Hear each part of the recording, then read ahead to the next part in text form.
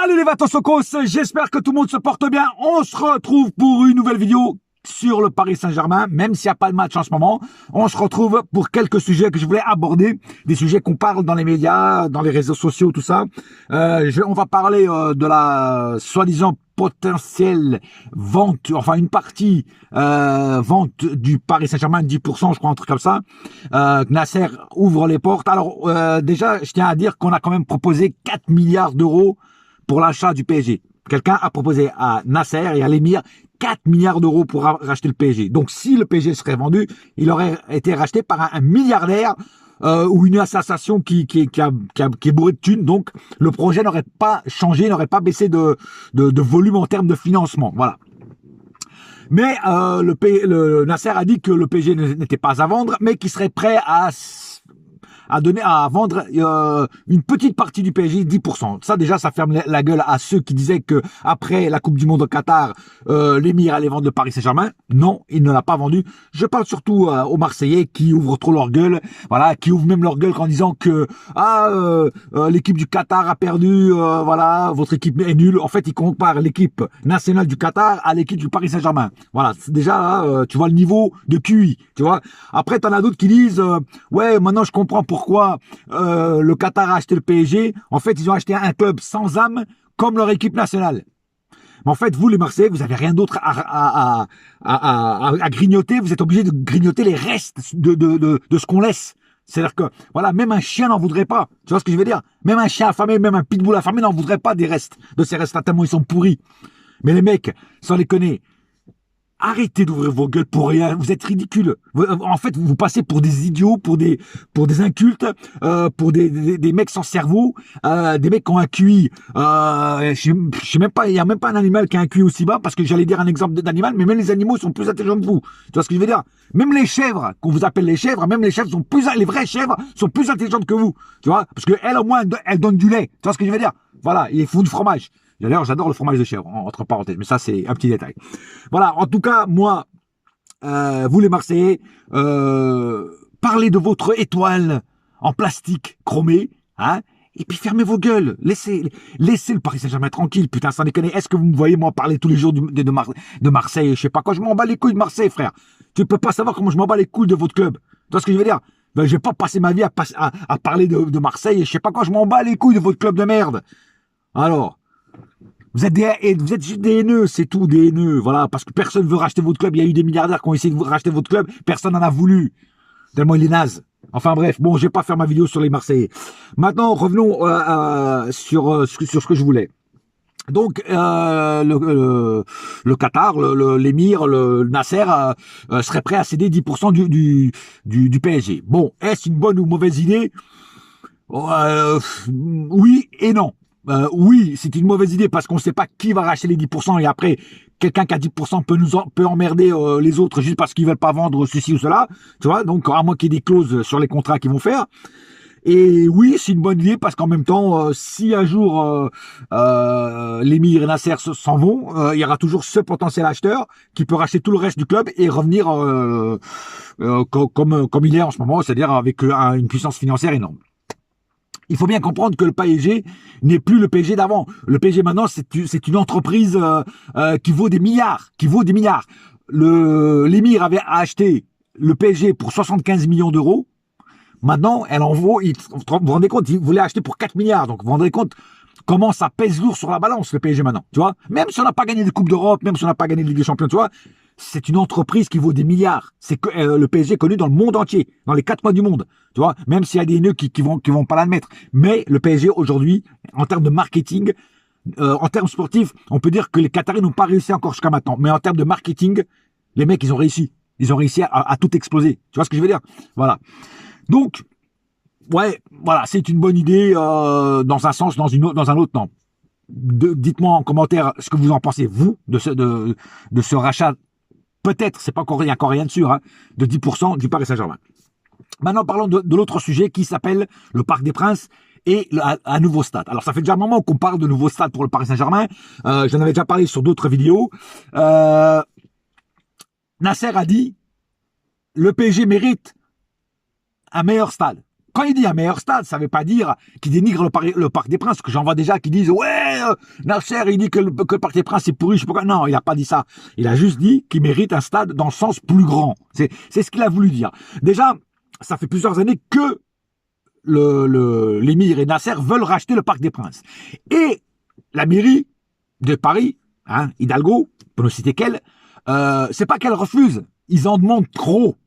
Voilà. Et le Qatar, même s'ils ont beaucoup d'argent, c'est pas des pigeons non plus. Tu vois ce que je veux dire? Voilà, ils veulent un prix correct.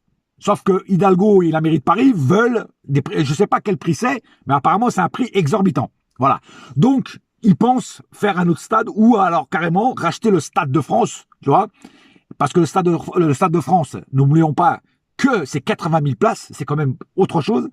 Et je pense que s'ils rachètent ou ils louent le Stade de France, déjà ils vont l'aménager à leur couleur, c'est-à-dire aux couleurs du Paris Saint-Germain.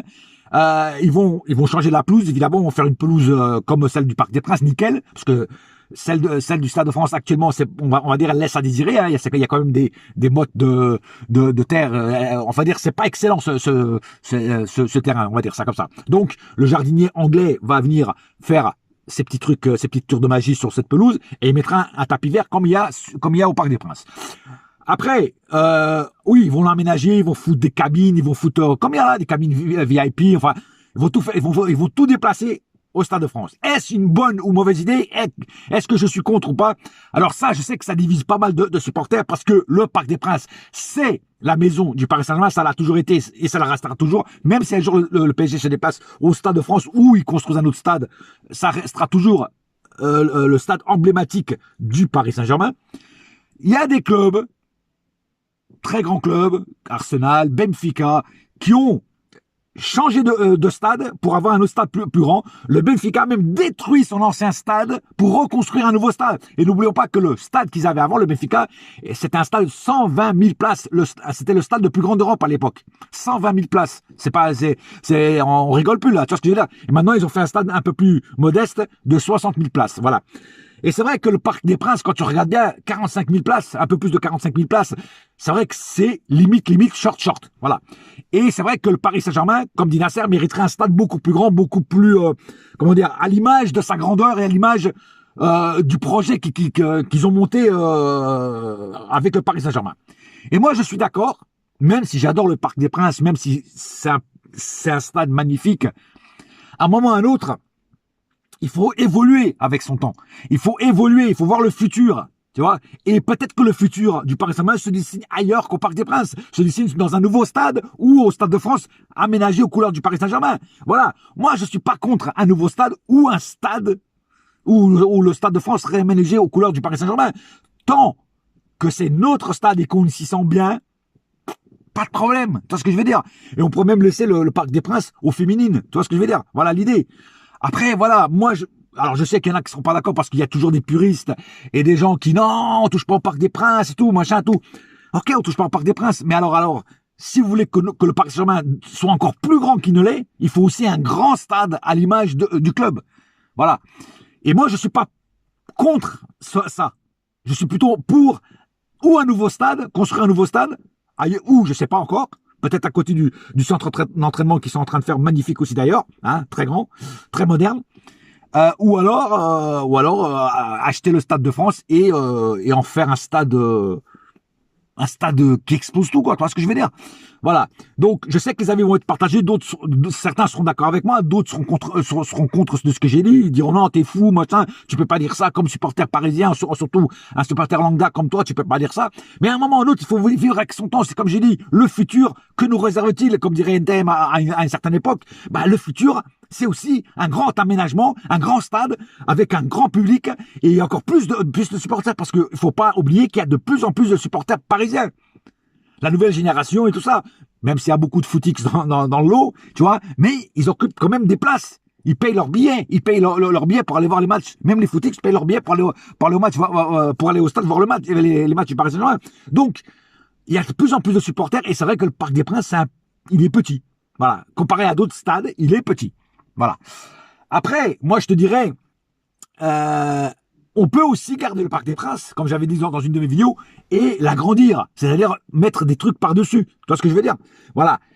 On peut rajouter, je crois que c'était 15 000 places, je crois. Donc ça passerait à 60 000 places. Voilà.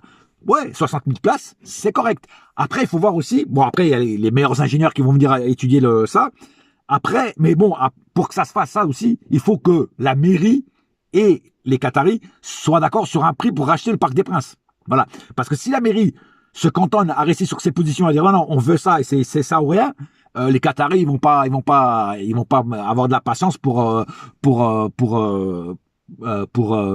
dire, pour parler avec Hidalgo. Tu vois, Hidalgo, ils en ont rien à foutre d'Hidalgo. Tu veux pas? Ok, bah nous on va mettre notre argent, nous sous ailleurs et on va investir ailleurs. C'est clair, c'est comme ça. Tu vois ce que je veux dire? Donc Hidalgo réfléchit bien avant de faire des conneries. Vu que tu en fais déjà pas mal sur Paris, voilà. Enfin bref, voilà. Donc ou agrandir le stade, le Parc des Princes, ou comment dire, se comment dire, merde, délocaliser, putain, je vais y arriver avec cette putain de phrase, avec ces putains de mots, délocaliser ailleurs pour pouvoir arriver encore plus grand, comme dit notre slogan. Justement, rêvons plus grand avec un stade plus grand. Voilà, c'est tout, c'est comme ça. Il y a des autres Arsenal, ils ont fait pareil. Il y a d'autres grandes équipes qui ont changé de stade, et puis ils restent. L'âme reste, le cœur reste, les supporters restent. Voilà ce que je vais dire. Voilà, donc il faut vivre avec son temps, il faut évoluer, il faut pas rester cantonné tout le temps sur nos positions de vieux grigou, de vieux sage Yoda qui veut pas changer d'avis, tu vois. Il faut aussi avoir la nouvelle version des Jedi, et la nouvelle version des Jedi, bah c'est ça, c'est un nouveau stade, c'est un nouveau une nouvelle ambiance. De toute façon, les supporters, quand il y aura des matchs du PSG, si ça se passe au Stade de France, les supporters vont se déplacer aussi, les ultras, ça vont se déplacer au Stade de France ou alors dans un nouveau stade. Voilà. Après, si je devais choisir entre agrandir le Parc des Princes et un nouveau stade, je préférerais qu'on agrandisse le Parc des Princes. Ça, c'est sûr et certain. Parce que ça, on restera à la maison. Mais si l'autre Hidalgo, elle veut pas vendre, ou elle veut vendre, mais trop cher, et que les Qataris ne veulent pas mettre tant d'argent sur le Parc des Princes, eh ben, je comprendrais qu'ils aillent voir ailleurs, qu'ils achètent le Stade de France, parce que là-bas, c'est une autre mairie, c'est Saint-Denis. Donc, peut-être que là-bas, ils sont prêts à vendre le Stade de France. Je sais pas. En tout cas, on verra ce qu'il y aura dans le futur, mais en tout cas, ça va bouger dans tous les sens, puisque là, Nasser, tu vois, après la Coupe du Monde, les Qataris veulent continuer à faire parler d'eux. Déjà qu'il y a eu une très mauvaise publicité pour la Coupe du Monde à cause des stades climatisés, à cause des gens qui sont morts sur les chantiers. Enfin bref, tout ça, quoi, tout ça, ça donne une mauvaise image du Qatar. Donc, ils veulent remettre ça à niveau pour justement continuer à briller au firmament du football européen. Voilà. En tout cas, moi, comme supporter de longue date du Paris Saint-Germain, je serai toujours derrière les décisions de mon président, sauf si vraiment il prend une décision à la con, une décision de merde, voilà, qui comment dire, qui rabaisse plus le club qu'il le met dans la lumière. Là, je serais pas d'accord. Mais là, faire un autre stade ou aller au Stade de France ou agrandir le Parc des Princes, quoi qu'une de ces idées, pour moi, me va. Voilà, parce que je veux que mon club brille encore plus qu'il ne brille maintenant. Là, c'est un saphir, je veux qu'il devienne un rubis, une caisse de rubis, une caisse de diamants. Tu vois ce que je veux dire? Voilà. Des lingots d'or, on va dire ça comme ça. Bon, c'est un peu bling-bling la version que je suis en train de donner, mais bon, voilà. Enfin bref, le futur nous le dira ce qui va se passer. Maintenant, je voudrais parler quelques mots aussi de Keylor Navas, qui a fait une petite sortie, qui a dit qu'il y a des gens là-bas au Paris Saint-Germain qui ne veulent pas qu'il joue. Alors ça, je ne sais pas si c'est vrai ou pas.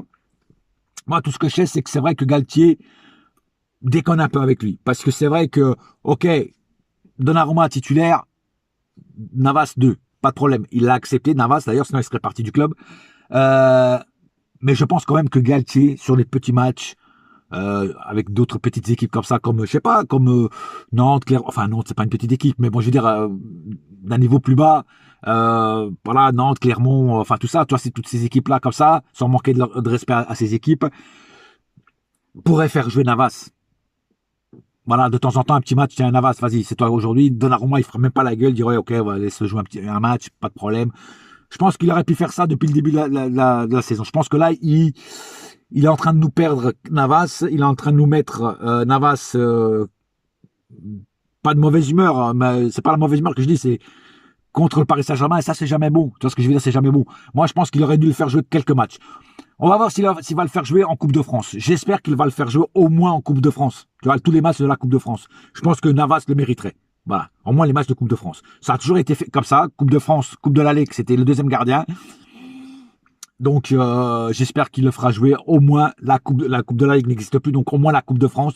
J'espère que tous les matchs de Coupe de France, ça sera Navas qui sera dans les cages et pas Donnarumma pour tout ce qu'il a fait pour le club, Keylor Navas, pour tout ce qu'il a fait pour nous. Je pense qu'il mériterait au moins de jouer tous les matchs de la Coupe de France. Ce n'est que mon opinion. Vous n'êtes pas obligé d'être d'accord avec moi, mais moi, je pense qu'il mériterait. Voilà.